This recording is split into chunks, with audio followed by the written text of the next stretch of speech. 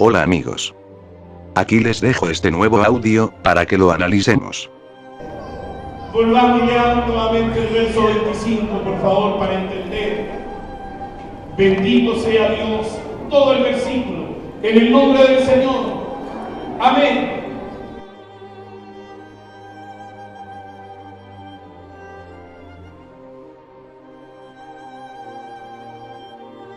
¿Qué cosa se escondió y por qué?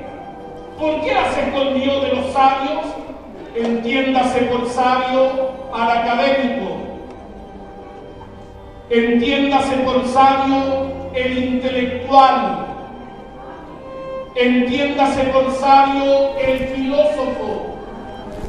¿Por qué dice Jesús y qué? ¿Por qué y qué? Dice Jesús que se escondió de esta gente. Además, no solo habla de los sabios, sino también dice de los sabios y de los entendidos. ¿Qué se entiende por entendido en la Biblia? A la persona astuta, a la persona manipuladora, a la persona sin escrúpulos. Eso es una persona entendida, que entiende de una materia, que la maneja. Muy mala interpretación de este verso. Nunca el verso quiso decir eso. ¿O será que pone esas palabras para querer desprestigiar a alguien? Como lo hace a menudo y tiene por costumbre. El verso en otra traducción más fidedigna dice así. Fue en este momento que Yahshua dijo: Te doy gracias, Padre, Adón del cielo y de la tierra, que has ocultado estas cosas de los sofisticados y educados, y las has revelado a ellos, gente ordinaria.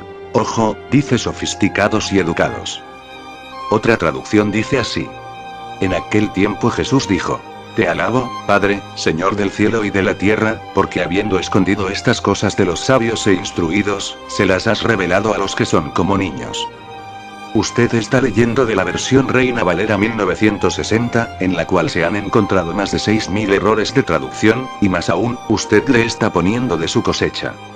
Vean ustedes los que se creen sabios, vean ustedes los que se creen entendidos, y que yo no sé quién los puso a ustedes por maestros, yo no sé quién los puso a ustedes por sabios y entendidos. La mayoría son atrevidos, insolentes, contrarios a Dios y a su evangelio, contrarios a Dios y a su Hijo Jesús, nuestro Señor y Salvador.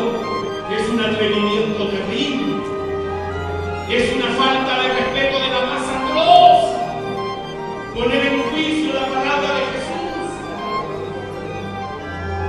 decir abiertamente: yo no creo, yo lo cuestiono, esto no es así. ¿Quién te puso a ti?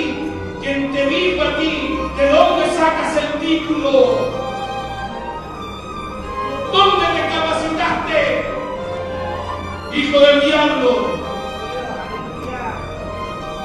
Usted, pastor, se cree entendido, pero al escucharlo, nos podemos dar cuenta que usa su poder de oratoria, pero de conocimiento escritural nada. Entonces podríamos decir: ¿quién lo puso a usted por maestro?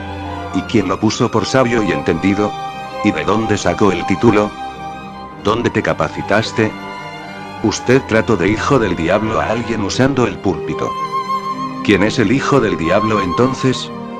¿Usted cree que, porque en su juventud se arrancó con 2 hermanos más, a un instituto bíblico a escondidas de su mamá, cree que eso lo califica para ser maestro?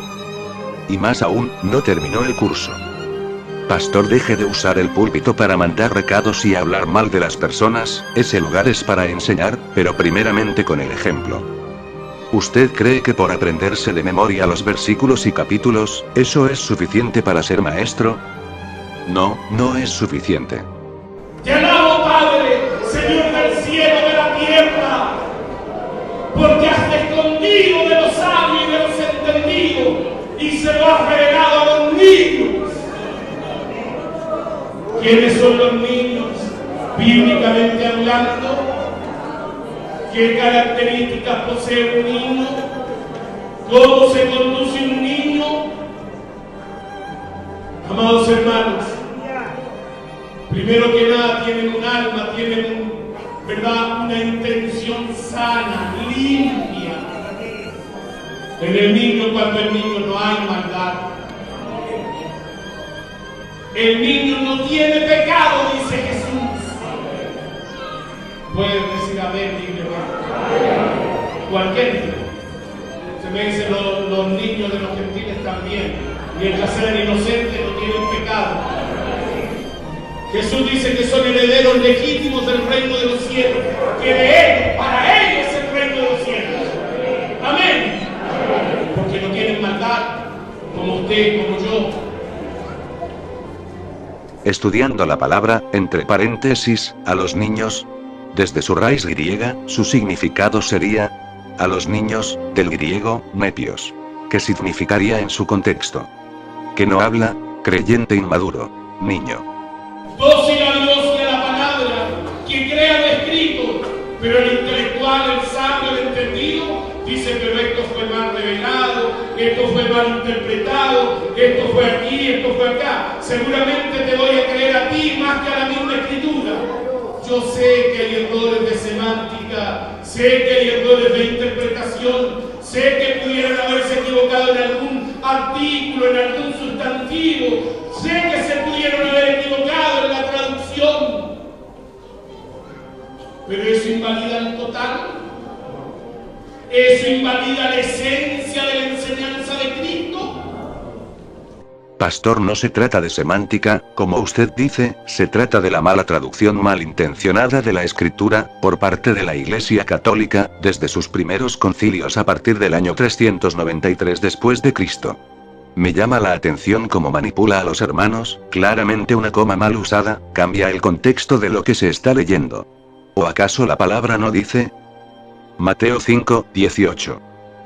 Porque de cierto os digo que hasta que pasen el cielo y la tierra, ni una jota ni una tilde pasará. Estas palabras fueron escritas en hebreo, después pasó al griego, luego al latín, al alemán y así por varios idiomas. Hasta que en 1569 se tradujo recién al español. Con todas estas traducciones, es que se pierde el real sentido de muchas enseñanzas en la Reina Valera 1960. Entonces podemos decir que hay que estudiar y escudriñar las escrituras, muy a fondo para no cometer los errores que usted comete.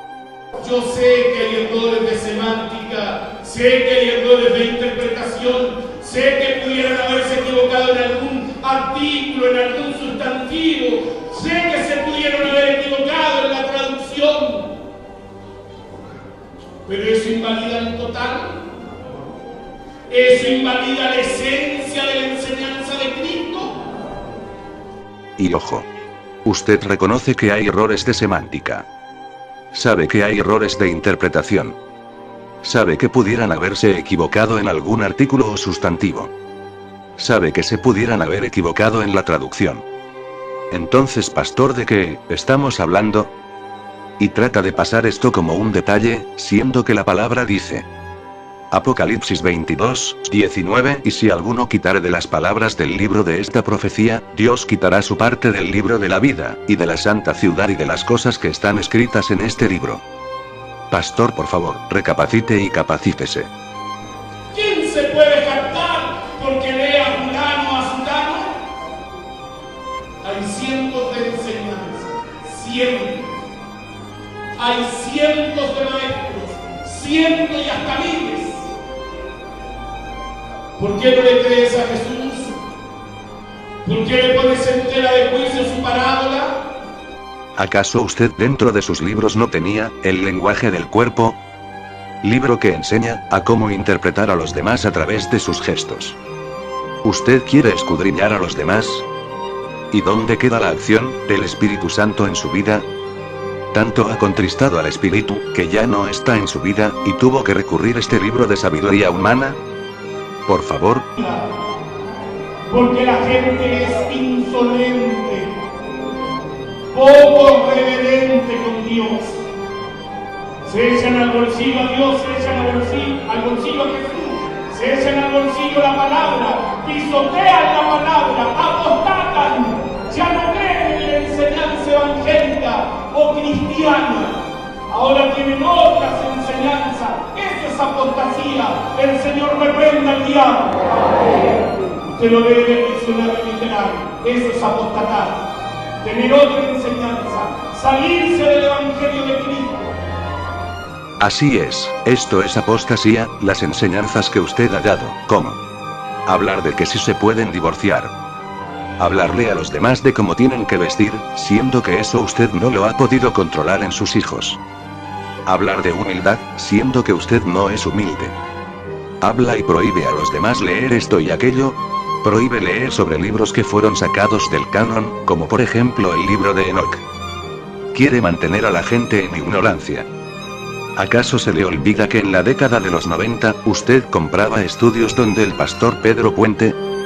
¿O se le olvida que la mayoría de los estudios que da en el templo, los ha sacado de internet, y lo más lamentable, es que no filtra la enseñanza?